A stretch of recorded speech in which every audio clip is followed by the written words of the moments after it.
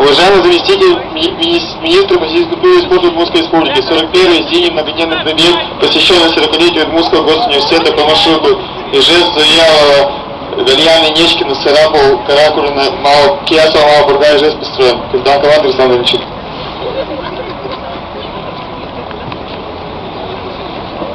Добрый день, уважаемые участники, болельщики, организаторы пробега.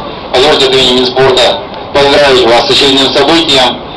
Мы в спорте не можем, видимо, легко и просто. Нам надо было дождаться самого морозного дня в эти дни и стартануть. Но я думаю, что у вас будет удача впереди, ровная дорога.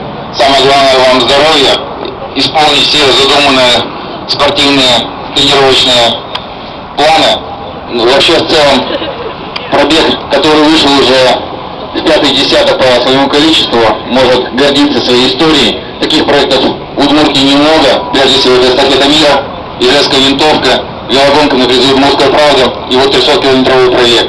Вы становитесь участниками исторического события. Рад за вас. Не будем морозить в этот день. Еще раз вам всех благ, хорошего настроения, с улыбкой бежать по городам и сельским районам Удмуртии. Передавайте всем привет. Удачи!